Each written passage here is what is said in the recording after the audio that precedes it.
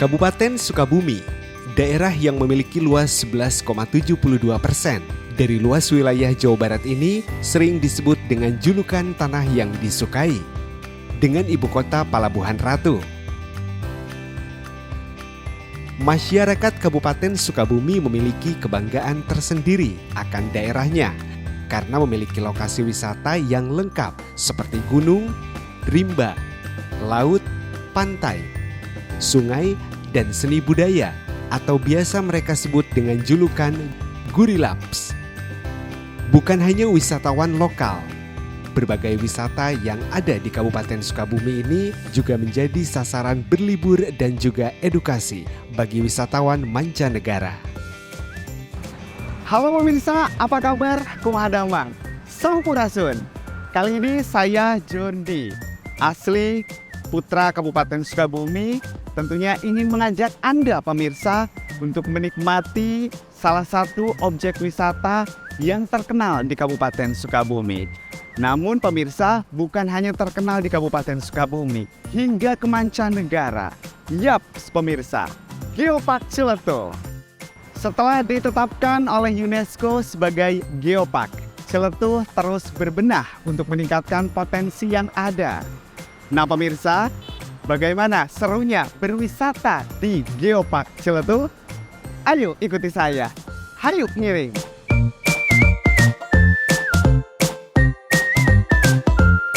Kabupaten Sukabumi memiliki dua sektor unggulan, yakni pertanian dan juga pariwisata. Pemerintah Kabupaten Sukabumi sangat gencar dan fokus untuk mengembangkan kedua sektor tersebut karena terbukti mampu membantu meningkatkan taraf hidup masyarakat di Kabupaten Sukabumi. Kalau lihat sumber daya alam yang dimiliki Kabupaten Sukabumi ya, ini luar biasa, dan kabupaten ini adalah kabupaten terluas di Jawa dan Bali, yang kedua setelah Banyuwangi. Di Sukabumi segala yang terpikirkan oleh kita itu ada. Nah, potensi ini bersinggungan juga bagaimana ketika wilayah pertanian ini yang di sekitaran itu adalah juga potensi pariwisata yang memungkinkan untuk diungkit menjadi mata pencaharian untuk mereka. Banyak sekali potensi hasil pertanian yang dimungkinkan untuk bisa menunjang pariwisata. Kalau orang Jakarta datang melakukan kegiatan arung jeram, jangan sampai pulangnya itu bawa baju basah, tapi bawa baju basah plus oleh-oleh. Nah, oleh-oleh inilah yang harus kita dorong dari peran hasil usaha tani, dari masyarakat yang bergerak di pertanian dengan spesifikasi mana sih hasil dari pertanian yang bisa diolah. Branding ini mungkin bisa menjawab persoalan bagaimana nanti kebijakan untuk peningkatan pariwisata itu, khusus untuk Geopark lah ya, karena potensi yang pariwisata yang lain di Sukabumi banyak yang dimungkinkan untuk didorong. Tapi balik lagi, masyarakatnya ketika diajak untuk menjadikan wilayah atau tempat mereka atau kampung mereka menjadi destinasi, itu siap tidak? Karena di Sukabumi potensinya luar biasa. Inilah yang tentunya bisa dijual dibandingkan nanti kebijakan kepada industri manufaktur. Biarlah industri manufaktur ada di utara. Bapak Presiden sudah melihat Perpres 87 itu bahwa Jabar Selatan itu untuk penunjang ekosistem. Nah, Sukabumi bisa dipakai acuan.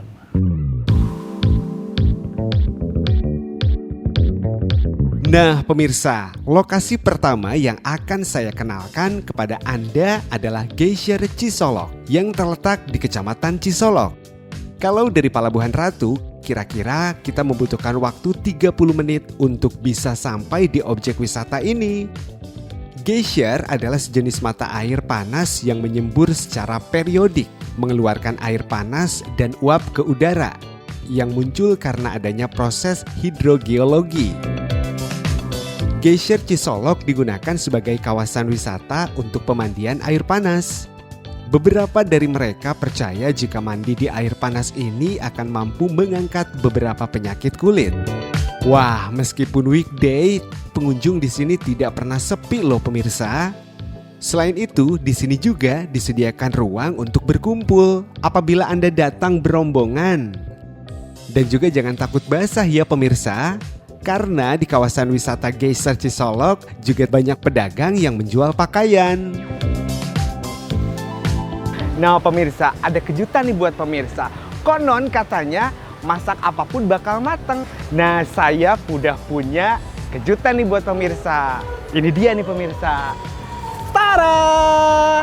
Ada 2 butir telur pemirsa. Dan nanti kita langsung celupin di air panas ini. Konon nanti bakal mateng pemirsa. Seperti apa?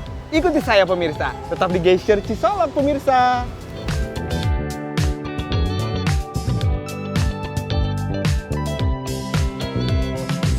Nah, benar saja pemirsa, cukup 10 menit akhirnya telur yang saya rebus di Geyser Cisolok ini pun matang. Yuk langsung kita santap.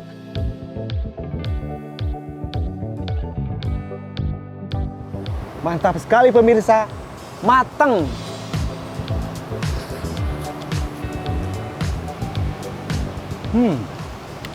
Enak pemirsa. Nah pemirsa, sekarang saatnya kita menuju ke objek wisata berikutnya. Oh iya, perjalanan saya menjelajahi wisata di Geopark Ciletuh kali ini akan ditemani oleh Kang Anugrah yang juga merupakan putra asli Kabupaten Sukabumi dan pastinya sudah sangat paham mengenai kawasan Geopark Ciletuh. Selain pantai, di kawasan Geopark Ciletuh ini juga dikelilingi oleh curug yang sangat menawan. Salah satunya Curug Cimarinjung. Curug Cimarinjung ini terbentuk karena proses tektonik yang juga membentuk mega amfiteater Ciletuh dari erosi air sungai. Namun sayang sekali saat ini kondisi airnya sedang berwarna coklat dikarenakan baru beberapa hari ini daerah Ciletuh Palabuhan Ratu terjadi hujan deras yang mengakibatkan warna air di Curug Cimarinjung ini menjadi keruh. Tapi tidak masalah, pemandangan di sekitar Curug Cimarinjung ini tetap keren kok pemirsa.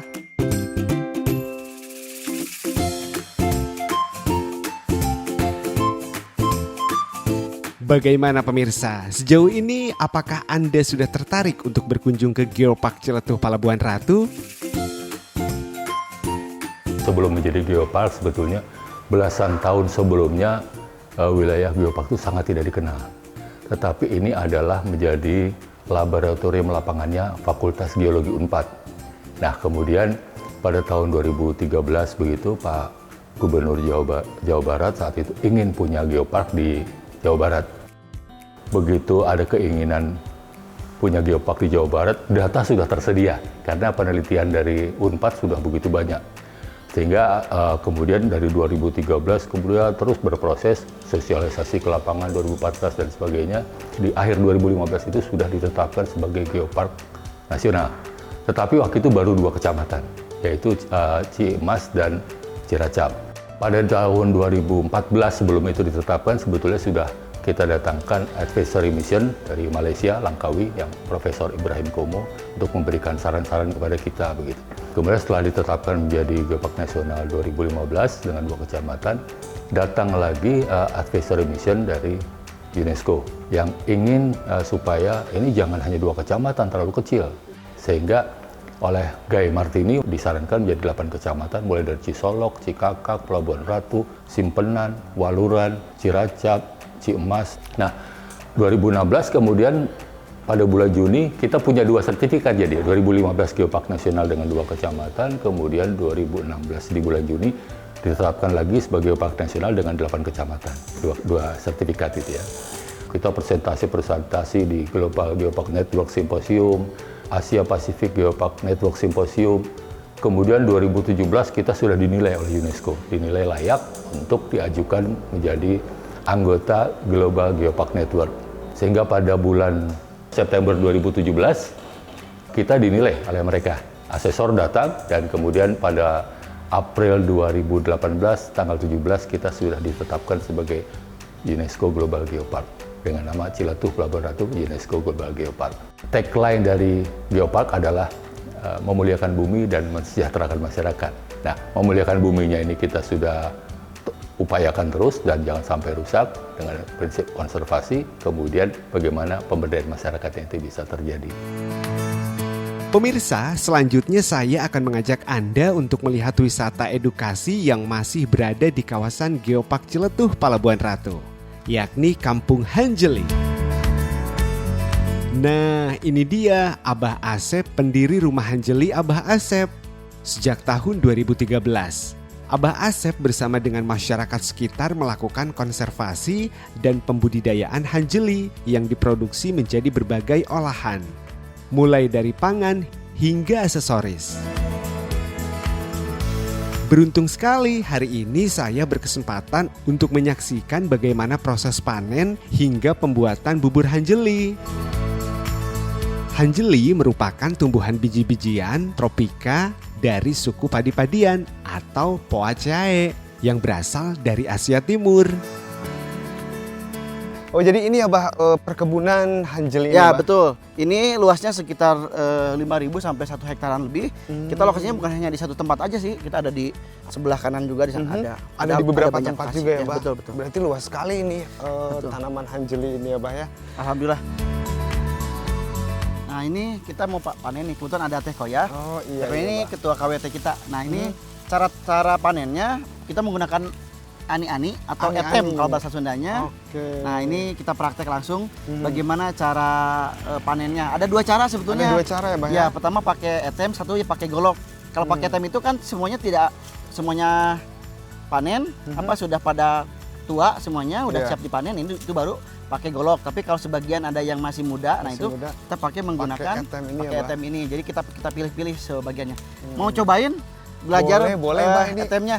Coba. Oh, Nah, jadi etem ini ya, Bah ya? ya betul. Etem. Cara Etem. ininya gimana Cara nih, Bah? megangnya, Iya. ya, masuk sini. Iya. Nah, gitu. Oh, gini. Ya, sok coba. Oke, ini ya, Bah ya? Ya. Berarti yang udah tua seperti ini, Ya. Bah? Wah, Oke. Siap. kalau sama Ani itu harus pilih yang udah matang. Oh, di gini ya, Bah ya? Iya. Nah, ini mungkin ya? Iya. Oh, iya. Jadi harus menggunakan etem Ya. ini ya, Bah ya? Etem ini buat sambil buat itu aja. Ya. Kalau pakai Ani itu, ini tangannya harus goyang semuanya. Oh, harus Ini goyang. dijepit, Nah, jadi itu supaya nggak dijepit. lepas. Oh, Jadi gitu. tahan, Iya, iya. digeser. Nah. Jadi lebih Oh, gampang. iya, iya, iya.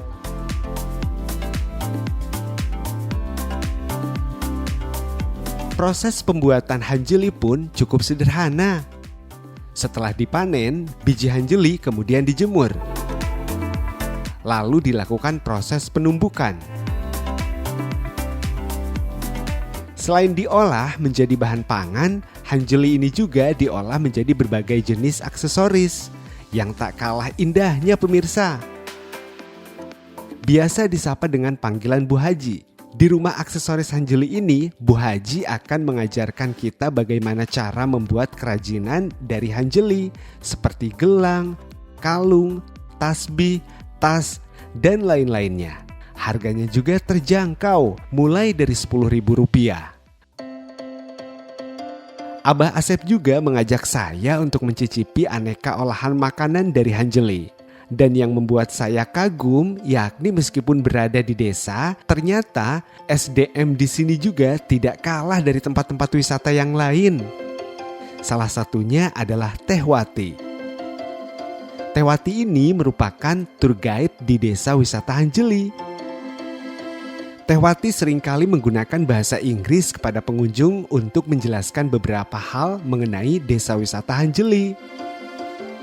In Waluran, we have 3 kinds of hanjeli. The first is hanjeli ketan. The color is white, then skin is thin. Then the second is hanjeli batok. Hanjeli batok, the color is light brown. This harder than hanjeli ketan, but still can be opened. Then the third one is hanjeli batu. Hanjeli batu is too hard, so cannot do it. Hanjeli many benefits, such as this rich of calcium, so good for bone.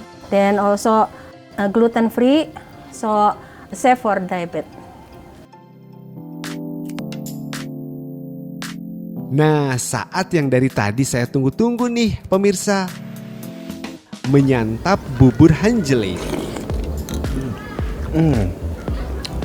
Kalau kurang manis bisa ditambahin. Oh gitu, enak banget ini Teh Wati ya. Bubur hanjeli ini.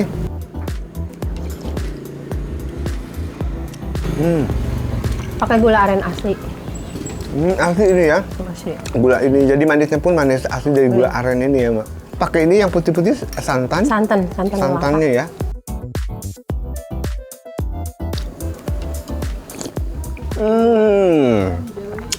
Burhan memang enak.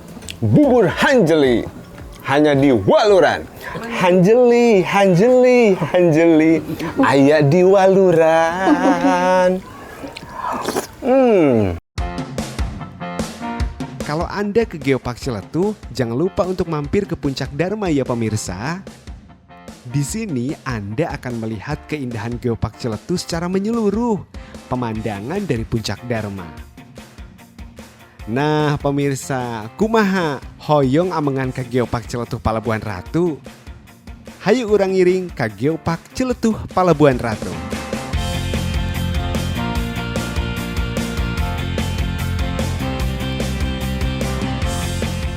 Nah pemirsa, bagaimana? Sudah mengatur jadwal liburan untuk berkunjung ke kawasan Geopark Ciletuh Palabuhan Ratu? Begitulah keindahan dan keunikan yang ada di Geopark Ciletuh Palabuhan Ratu. Kolaborasi dari berbagai pihak yang menjadi kunci untuk menjaga keelokan Geopark Ciletuh Palabuhan Ratu, yang bermanfaat bagi berbagai aspek dari mulai wisata, ekonomi, hingga edukasi. Saya Jordi, sampai jumpa. Sampurasun.